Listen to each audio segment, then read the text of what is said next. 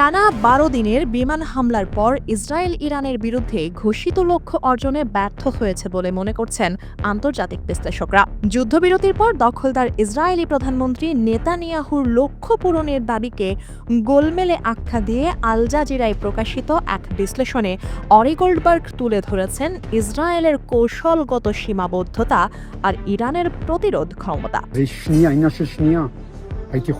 Ori Goldberg দীর্ঘদিন ধরে মধ্যপ্রাচ্য, বিশেষ করে ইরান এবং ইসরায়েলের সম্পর্ক নিয়ে কাজ করছেন।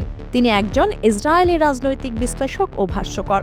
ওই প্রবন্ধে গোল্ডবার্গ লিখেছেন, ইসরায়েল ইরানের সরকার পরিবর্তন আর দেশটির পারমাণবিক কর্মসূচির লাগাম টানা সহ বেশ কয়েকটি লক্ষ্যকে সামনে রেখে যুদ্ধ শুরু করলেও শেষমেশ কিভাবে ব্যর্থ হয়েছে।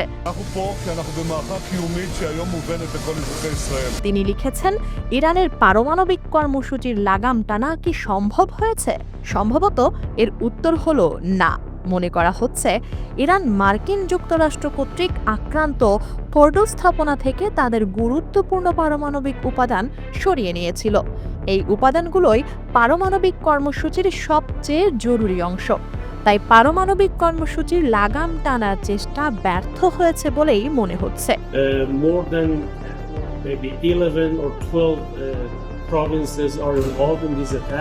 ইসরায়েল ইরানের পারমাণবিক কর্মসূচির কতটা ক্ষতি করেছে সেটাও পরিষ্কার নয়।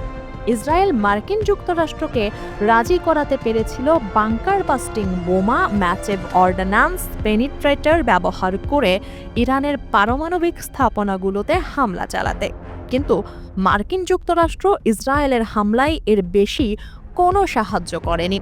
হামলার ক্ষয়ক্ষতি কতটা হয়েছে তা বের করা কঠিন হবে, কারণ ইরান সম্ভবত বাইরের কাউকে প্রবেশ করতে দেবে না। As a whole, we have more than 3,500 injured people, not civilians. সহজ কথায় বলতে গেলে ইসরায়েল যা চেয়েছিল তার উল্টো ফল হয়েছে। ইসরায়েল ইরানের নিরাপত্তা বাহিনীর সামরিক নেতাদের হত্যা করে সরকার বিরোধী বিদ্রোহ শুরু করার চেষ্টা করেছিল।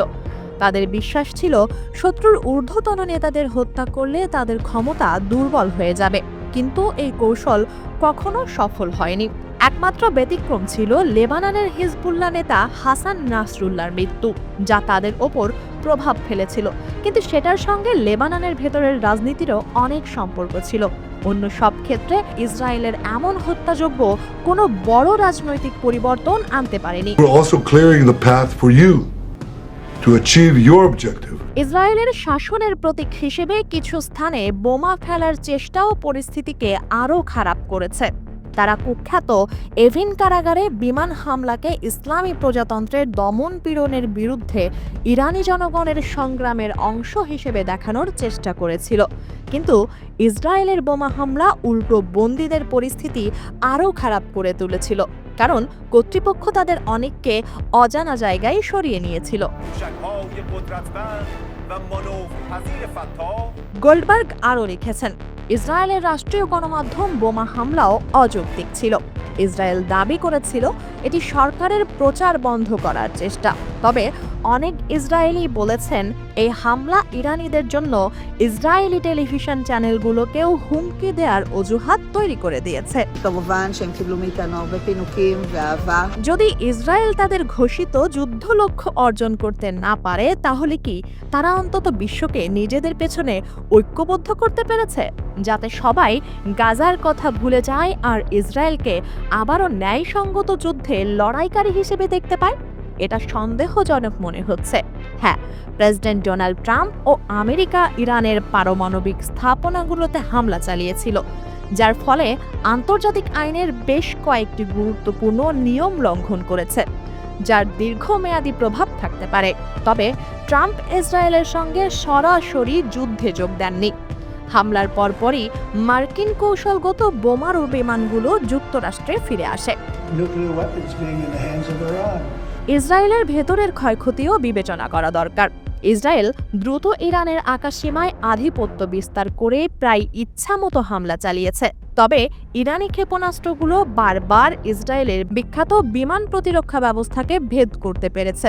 ইসরায়েলের কেন্দ্রস্থল সহ সারা দেশে আঘাত হেনেছে। এতে হতাহতের পাশাপাশি ব্যাপক ক্ষয়ক্ষতি হয়েছে। ইসরায়েলের কাছে ইন্টারসেপ্টর ক্ষেপণাস্ত্রের অভাব ছিল, আর দ্রুত সেগুলো তৈরি করার কোনো আশা ছিল না। ইসরায়েলি অর্থনীতি দ্রুত স্থবির হয়ে পড়েছিল। এটিও ইরানের জন্য বড় একটি জয়। שאנחנו מסייעים לאנשים, גם אנשים שעדיין נפגעים ורוצים להגיע. শত শত হতাহত এবং দেশ জুড়ে অবিরাম বোমা বর্ষণে অনেক ক্ষয়ক্ষতি হওয়া সত্ত্বেও ইরান যুদ্ধ আর বোমা বর্ষণ থেকে বেরিয়ে এসেছে। কিন্তু বিশাল ইসরায়েলি বাহিনীর মুখোমুখি হয়েও ইসলামী প্রজাতন্ত্র ভেঙে পড়েনি। نکته دومی که وجود داره গোল্ডবার্গ তার লেখায় উল্লেখ করেন, ইরানের ক্ষেপণাস্ত্রগুলো সফলভাবে ইসরায়েলে আঘাত হেনেছে। ইরানের ভাবমূর্তি ক্ষুণ্ণ হয়নি, কারণ বিশ্বের বেশিরভাগ দেশই এটিকে ইসরায়েলি হামলার শিকার হিসেবে দেখেছে। ইরানের পাল্টা আক্রমণের বিকল্পগুলো খুব বেশি সীমিত ছিল না। কাতারে মার্কিন সামরিক ঘাঁটিতে হামলার প্রতিরোধ সম্পর্কে আগাম সতর্ক করে ইরান সফলভাবে উত্তেজনা কমাতে পেরেছে। যুদ্ধবিরতি লঙ্ঘিত হচ্ছে দেখে ইসরায়েলকে হামলা না করার জন্য সতর্ক করার মতো যথেষ্ট শক্তিশালী অবস্থানে ছিল ইরান।